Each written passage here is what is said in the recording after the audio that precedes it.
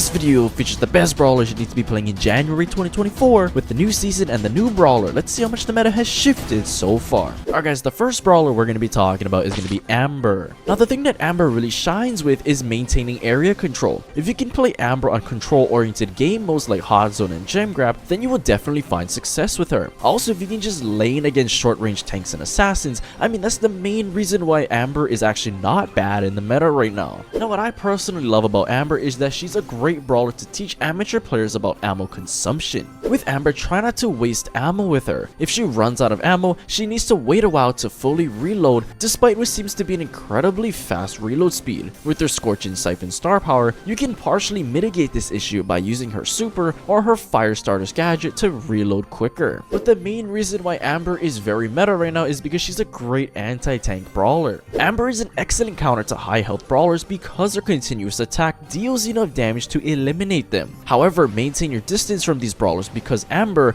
with her moderate health, can get melted down by those brawlers if they get too close. She's helpless at close range due to her inability to deal immediate damage and her lack of stuns, slows, or knockbacks to distance herself from such brawlers. Alright guys, the next brawler we're going to be talking about is going to be Maisie. Now the reason why Maisie is a really good brawler right now is because she was just constantly getting buffed through the second half of 2024. She received a buff to her supercharge rate and 2 buffs to her main attack damage. The main attack damage buff is the main thing that really put Maisie over the top and brought her back into the meta. She was pretty bad since her huge nerfs last February, but she is back yet again. Now Maisie is really good right now because she's a great brawler to counter many of the other top brawlers that are in the meta. Maisie can defend herself well against close range brawlers and try to use this to your advantage by either dashing away or pushing back close range brawlers that sneak up onto you like tanks and assassins. With the added slow from her Tremor star power, you can also efficiently charge your super due to the enemies being slowed. But let's be honest here, one of the best things about Maisie is probably the broken build that she has. Her super combined with her Tremor star power and disengage gadget can make the enemies drop the ball, push them away from the goal, stun them briefly, slow them down, or provide area control if the enemies are grouped up together to defend their goal. This makes her a highly versatile brawler in Brawl Ball, especially with the fact that her very fast supercharge rate and high damage output allows her to eliminate enemies quickly if they're fired accurately. Alright guys, the next brawler we're going to be talking about is going to be Daryl. Now Daryl is a great brawler that can counter many top brawlers in the game. Since Daryl is an assassin, you can use his supers to roll and burst down the enemies at a point blank range. He can travel across the map pretty quickly and be extremely versatile since his super also charges on its own. As long as you can use your supers efficiently, you are gonna cook. Now probably the most popular way of using Daryl's super is to use it to get closer to the enemies. If you're struggling to get within range of the enemies since they all outrange you, using your super to quickly get within close proximity of your target can be the perfect opportunity for a kill. Of course, this is probably the best way of using Daryl's super since this makes him such a good rolling assassin. Now Daryl was a pretty mid brawl in the meta, but ever since he got his hypercharged barrel of bullets, man, he's been so good. With his hypercharge, Daryl shoots his shotguns around himself during a barrel roll. Now even though the hypercharge itself isn't that impressive, being able to have the additional stat boost from the hypercharge will only make Daryl stronger and make his ability to annihilate the enemies even easier. Alright guys, the next brawler we're going to be talking about is going to be Eve.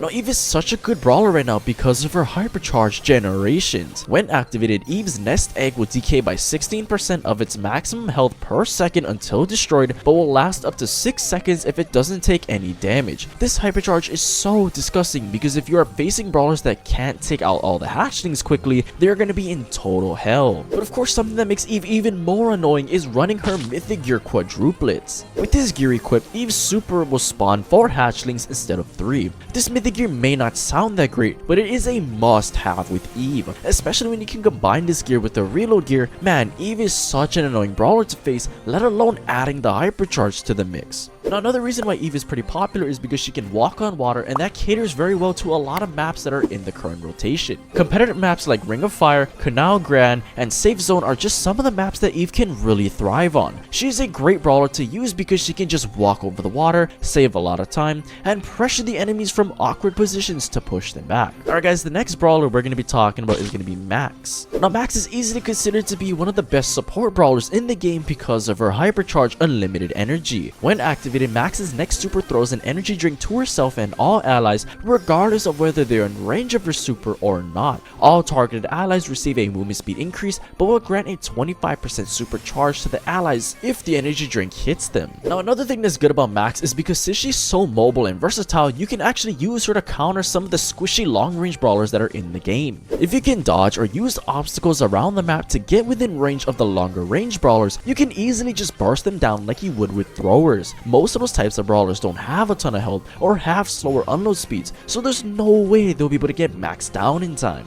Now as long as you can use Max in comps that really cater to Max's speed, I mean you guys are going to be winning a lot of games. Special comps such as Gene Max Sandy or Max Double Tank are prime examples of where you need to try your best to cycle supers and support your teammates. It's also better to super when your team has ammo and health, as it's way harder to get value when you are all low and have no ammo. Alright guys, the next brawler we're going to be talking about is going to be Lou. Now Lou is a really solid brawler because of the buff to his reload speed. Lou's reload time was decreased from 1.3 seconds to 1.1 seconds. This allows Lou to gain back ammo a lot quicker, and when combined with his supercharge gear, this helps Lou to hit more shots and charge up his super even faster. Now speaking of Lou's super, I mean that's probably one of the best aspects to his entire kit. Since his super makes enemies slow down and makes maneuvering harder, enemies will attempt to escape by moving in the same direction, which makes attacks easier to hit and enemy movements to be more predictable. Also, just freezing up the enemies in general is super clutch to getting them down and locking down a part of the map. But we all know the main reason why Lou is so irritating in the face is because of his hypercharged Slushy Storm. When activated, whenever Lou drops his super, an enemy near the landing spot gets stunned. Even without the hypercharge, you can run his crowd strip gadget to instantly add 50% of the enemy's frost meter to anybody that is standing on your super. Alright guys, the next brawler we're going to be talking about is going to be Stu. Now Stu is a great hard carry brawler if you have low ping. Stu has the easiest super to charge in the entire game, and that makes him perfect for frustrating the enemy team. By using your super to double, triple, or even quadruple dash, you can distract the enemy team and dodge incoming projectiles to survive. But like just in general, like Stu's kit is pretty solid and pretty well rounded for the current meta. No matter if you're using Stu's Speed Zone gadget to help your teammates move faster or running Breakthrough to destroy the map to your liking, you can't go wrong with either gadget. Same thing with Stu's star powers. Zero Drag is a great star power to make it easier to dodge incoming projectiles and travel further across the map. However, a lot of really good Stu players run Gasol Heal because it overall helps Stu's ability to go aggro and stay alive longer. But the main reason why Stu is in the S tier and considered to be one of the best brawlers in the game is because of his hypercharge Infinitro.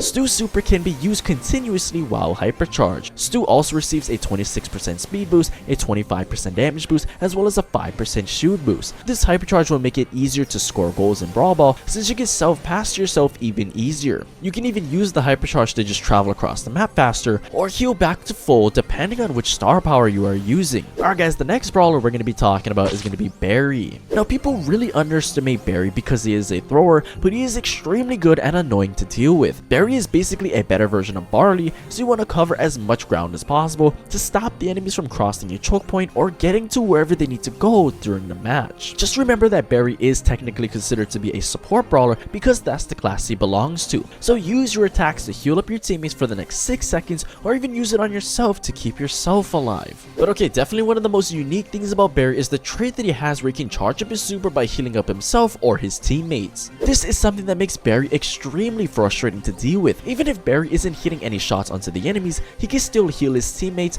and charge up his super at the same time. Like, who thought that that was a good idea? If you can somehow position yourself to use your super so you can travel over both of your teammates, this will help them stay alive, but also get you the most amount of value out of your super. Now, something that makes Barry even tougher to deal with is when he's making the most out of his floor's fine star power. Having that increased reload speed by 50% will make it easier for Barry to keep parts of the map locked down with his ice cream and help him get more kills. If you have the ammo to spare, standing on your own ice cream puddles can be a useful strategy to ensure that you are constantly getting all the buffs possible to help you win the game. Alright guys, the next brawler we're going to be talking about is going to be Juju. Now with Juju, I would recommend staying on the normal ground most of the time when facing close range brawlers. As long as you can outrange the enemy or don't have any problems connecting your shots, you want to be standing on the ground to deal that extra damage. You can't ever go wrong with dealing more damage, so try and lane brawlers or play on maps where you can stay on the ground most of the time. Now another part of Juju's kit that's pretty broken and definitely needs a nerf is her numbing needle star power. With this star power, enemies hit by Juju's super attacks will be slowed down for 1 second. If Gregory wasn't already broken enough, having this star power will make it harder for brawlers like tanks and assassins to escape Gregory and even make him a defensive tool to help Juju stay alive when being pressured hard. Now let's be honest here, with how good brawlers like Barry, Juju, and even how good Barley and the twins are, I mean this is just such a good thrower meta. A lot of people are saying that Juju is balanced, some are saying she's very strong, and I can see both arguments, but with Juju, her kit and mechanics are very versatile, and that is what makes Juju so annoying to deal with. She's got the damage, the range, the slows, and she's a thrower. Alright guys, the next brawler we're going to be talking about is going to be Buzz Lightyear. Now the first thing that makes Buzz Lightyear so strong right now is his laser mode. Since you can ignite your target on fire for 4 seconds after you connect onto them, this will prevent the enemies from healing up, kinda like with Crow's poison. This is awesome since you can easily apply pressure with each main attack and force the enemies to lose health faster and play more passively. However, definitely the most annoying thing about Buzz Lightyear is gonna be his saber mode. Just like with Surge, you can land on top of your target to deal 19-20 damage onto them. This can be helpful to deal that extra damage onto brawlers that have more health, or if there are brawlers that have less than 19-20 health, then you can just instantly kill them upon landing. They will even be placed in a slight hit stun when knocked back, so take advantage of that to get closer and swipe them to death. Well, anyway guys, if you guys enjoyed that video, I highly recommend you just go check out this video right here.